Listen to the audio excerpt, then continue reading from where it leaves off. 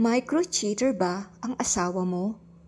Paano mo malalaman anong ibig sabihin ng micro-cheating? Kaya tinawag na micro-cheating ay ito yung maliliit na bagay na ginagawa ng asawa mo o partner mo na nagpapakita na interesado siya physically or emotionally sa iba.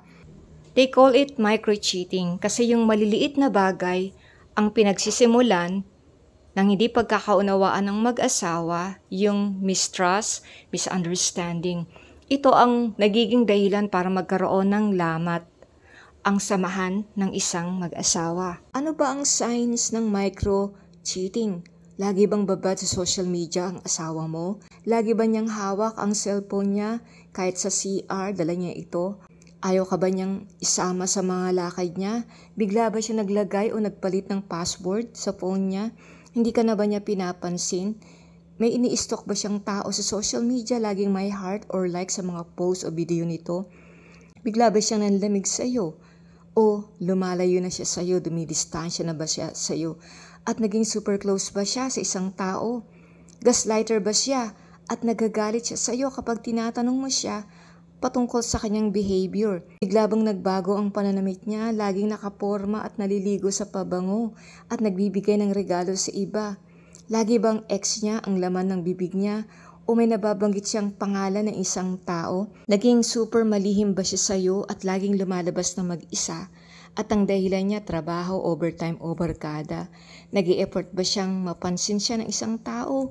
Nag-send ba siya ng mga secret conversation sa taong yun at bigla niyang dinidelete para hindi mo malaman ang ginagawa niya? At hindi niya ba niya sinusuot ang wedding ring niyo kapag nasa labas siya? Dahil ayaw niyang malaman ng iba na may asawa na siya. Lagi ba siyang patago? Pag may kausap sa phone, biglang papatayin ang computer kapag andyan ka at laging may ngiti sa labi kapag nakakatanggap ng mensahe o tawag sa isang tao. These are the signs ng micro-cheating na ginagawa ng asawa mo. Bakit ba nangyayari ang micro-cheating sa isang relasyon? At paano mo ito maiiwasan? First of all, ang unang dahilan, lack of attention. Dahil hindi mo na nabibigyan ng pansin ang pangangailangan ng asawa mo, nakapokus ka na lang sa mga anak mo, nauubos ang oras mo sa pag-aalaga sa mga anak mo. Nakapokus ka masyado sa gawaing bahay o sa trabaho mo at halos bagsak na ang katawan mo sa pagod at wala ka nang natitirang energy at oras sa asawa mo. Kumbaga sa pagkain, tira-tira na lang ang kaya mong ibigay sa asawa mo. Nararamdaman ito ng asawa mo na pinabaliwala mo na siya. Sabi sa Proverbs 14:1, ang marunong na babae ay pinapatatag ang kanyang sambahayan. Ngunit ang hangal na babae ay sinisira ang kanyang sariling tahanan. I'm not saying na pabayaan mo ang mga anak mo, wag mo silang asikasuhin, at mag-focus ka na lang sa asawa mo. What I'm saying is this, don't neglect your spouse. Put your priorities in the right order. Your marriage is important dahil kung hindi matibay ang pundasyon ninyong mag-asawa, apektado rin ang inyong mga anak. Ilagay mo sa tama ang prioridad mo. Huwag mong ilagay ang pangangailangan ng mga anak mo above your spouse. Kasi ang mga anak mo, mga misis o mga mister, whether you like it or not, darating ang panahon kapag lumaki sila, nagkaedad, mag-aasawa sila at iiwanan kayong mag-asawa at kayong mag-asawa na lang ang matitira. So put your priority in the right order. Unahin mo ang asawa mo, ang pangangailangan ni mister, ang pangangailangan ni misis. Kasi kung matatag ang samahan ninyong mag-asawa, magiging maganda rin ang resulta at ang buhay ng iyong mga anak. Number 2, lack of communication. Hindi na kayo nag-uusap na mag-asawa dahil bakit pa kayo mag-uusap? Mag-asawa na kayo. Dahil hindi na ang marriage ninyo ang priority ninyong mag-asawa. Ang problema, mag-uusap na lang kayo kapag malala na ang sitwasyon. Kaya tuloy ang asawa mo ay naghahanap na ng taong makikinig sa kanya, ng taong uunawa sa kanya. Mga misis o mister, wag mong hayaan na ibang babae o ibang lalaki ang magpuno ng pangangailangan ng iyong asawa. Sa USA, tinatawag namin itong love tank. Kumbaga sa gasolina ng kotse, kapag walang laman yung tangke ng kotse, hindi aandar ang sasakyan. Kapag pinabayaan mong walang laman ang love tank ng asawa mo, ibang tao o ibang babae ang pupuno nito. Hindi mo ba napapansin ang cheating ay nagsisimula kapag may isang babae o lalaki ang pumuri sa asawa mo? For example, sa opisina, yung maliliit na flatteries, gaya ng, "Hoy, bagay sa iyo ang suot mo, lalo kang pumogi o gumanda." Kapag paulit-ulit na pinapansin ng taong yon ang asawa mo, magkakaroon ng chance na mas lalong gaganahan ang asawa mo na mag-ayos, magpaganda, dahil ini-expect niya na pupurin ulit siya ng taong iyon. Next thing you know, ang asawa mo ay makikipagkaibigan na sa taong iyon, na makikipag-usap na siya, and the rest is history. Kaya nga mga mister o mga misis, it's your job and my job na purihin natin ang ating asawa. It's our job and my job na punuin natin ang love tank ng ating mga asawa. Purihin natin sila para sa ganon hindi ito punuin ng ibang tao. Para magkaroon tayo ng points o brownie points mula sa ating mga asawa. Mag-usap kayo ng inyong mister o misis, kumustahin ang inyong asawa. Sabi nga sa Genesis 2:18-25, "Then the Lord said, It is not good that the man should be alone. I will make him a helper fit for him." Binigay ng Diyos ang asawa mo, ang misis mo, para maging katuwang, para kayong dalawa magkaisa, magtulungan sa isa't isa. Kaya nga, stop taking your spouse for granted, communicate to each other para alam ninyo kung ano ang nangyayari sa bawat isa. Number 3, lack of boundaries at di malinaw na expectation. Dapat kasi alam ninyong mag-asawa kung ano ang boundaries ninyo. Sa aming mag-asawa, pinagkasundoan namin na bawal magsakay ang asawa ko ng ibang babae sa aming sasakyan, lalo na kapag mag-isa na lang siya.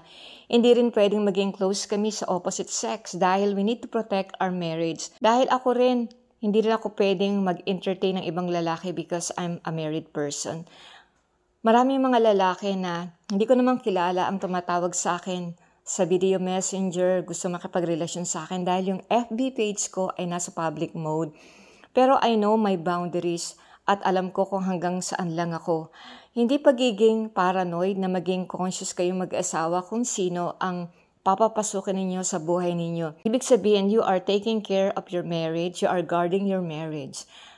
Kaya nga mga misis, mga mister, guard your marriage with your life. Dahil once na may nakapasok na ibang tao sa marriage ninyo, may possibility na masira ito o magkalamat. Linawin niyong dalawa kung ano ba ang boundaries ninyo at expectation from each other.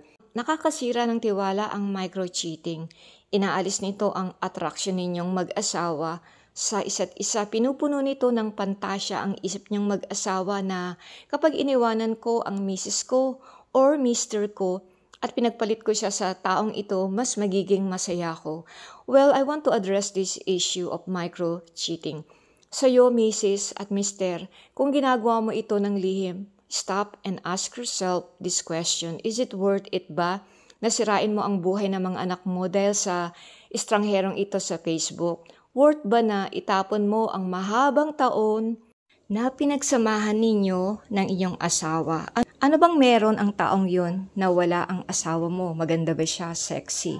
Maganda hubog ng katawan? Pogi? Macho? Di ba bago kayo ikinasal ng asawa mo, maganda rin siya? Sexy?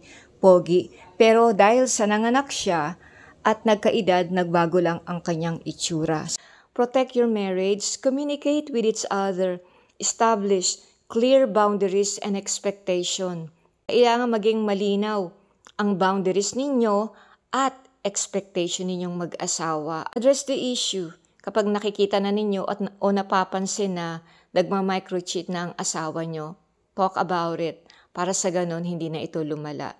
Maraming tukso sa paligid ng asawa mo and it's alarming, nakakatakot kasi maraming mga babae sa ating panahon, maging mga lalaki na wala silang paki kung may asawa ka or may wedding ring na suot ka. Tutuksuin ka nilang magkasala, aakitin ka nila. Kaya nga, word of advice, protect your marriage. Dapat kayong dalawa ng asawa mo ay parehong goal na bantayan at ingatan ang inyong relasyon. Pray for God's protection and covering for your family. Sabi nga sa Kawikaan 24:3-4, sa pamagitan ng karunungan, na itatayo ang isang bahay at ito'y naitatatag dahil sa kaunawaan. Ang loob ng tahanan ay napupuno ng lahat na magagandang bagay dahil sa karunungan. Kailangan natin ng karunungan ng Diyos upang maingatan, upang maayos ang ating tahanan. Huwag nating hayaan na wasakin ng estranghero, ng ibang babae o lalaki at pumasok sila sa buhay nating mag-asawa. Protect our marriage, arm our marriage at bantayan natin kung sino ba ang pinapapasok natin sa ating mga buhay. Father God, tinataas ko po sa panalangin ito ang bawat lalaki, ang bawat mag-asawa. Panginoon, tinataas ko po sa iyo ang bawat mag-asawa na nakikinig sa akin sa mga sandali ito. Protect our marriage, Father God. Marami mga tukso, mga babae na gustong sirain ang buhay ng aming asawang lalaki. Father God, protect our marriage from the intruders, yung mga taong pinapadala ni Satanas upang maging sira ang aming relasyon. Protect our marriage, Father God. Bigyan niyo po ng wisdom ang bawat isa sa amin. Help us not to entertain, Father God, the thoughts of micro-cheating. Huwag mong hayaan na entertain namin, Panginoon, yung pagkakaroon ng relasyon sa iba, na huwag po kaming gagaya, Panginoon, sa ibang tao. Help us, Father God, na maging matalino, na ingatan ang pag-aasawa, ang marriage na to, na ibinigay mo sa amin, yung sinumpaan namin pangako sa aming mga asawa, at higit sa lahat, ang buhay ng aming mga anak, ingatan po namin. Salamat sa iyo, Panginoon, tinitiwala ko sa iyo ang buhay ng bawat isa, ang buhay ng pag-aasawa ng bawat isa. Ikaw po ang manguna, ikaw nga po ang mag-cover nito. Salamat sa iyo, Panginoon, purihin ka, luwalhatiin ka. Ito po ang aming panalangin sa pangalan ni Jesus. Amen.